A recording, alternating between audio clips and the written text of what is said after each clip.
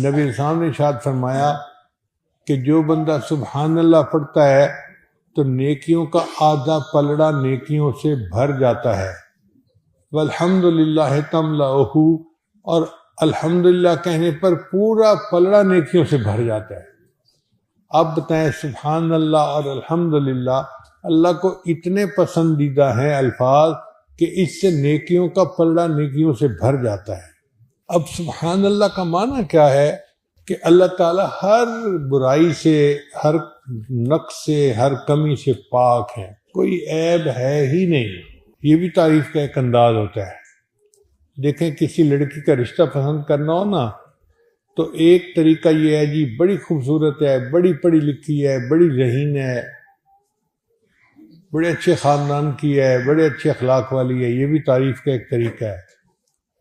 اور ایک طریقہ یہ بھی ہے، کام چور نہیں ہے، ضدی نہیں ہے، اس کے نقص کی نفی کی جائے کہ جاہل بھی نہیں، ان پڑھ بھی نہیں، بد اخلاق بھی نہیں، فلاں بھی نہیں، یہ بھی تعریف کا ایک طریقہ ہے۔ تو اللہ تعالیٰ کو تعریف کا یہ انداز بھی اچھا لگتا ہے کہ میری مخلوق کہے میرے بارے میں کہ اللہ تو اتنا کامل ہے کہ کوئی نقص تیرے اندر ہے ہی نہیں، سبحان اللہ۔ اللہ کو یہ لفظ بہت پیارا ہے، اس لیے قرآن مجید میں جگہ جگہ اللہ نے اپنی تعریف خود فرمائی ہے، فسبحان اللہ۔ سورہ یاسین کی آخر پہ اللہ فرماتے ہیں فسبحان الذی بیدہ ملکوت کل شیء والیہ ترجعون۔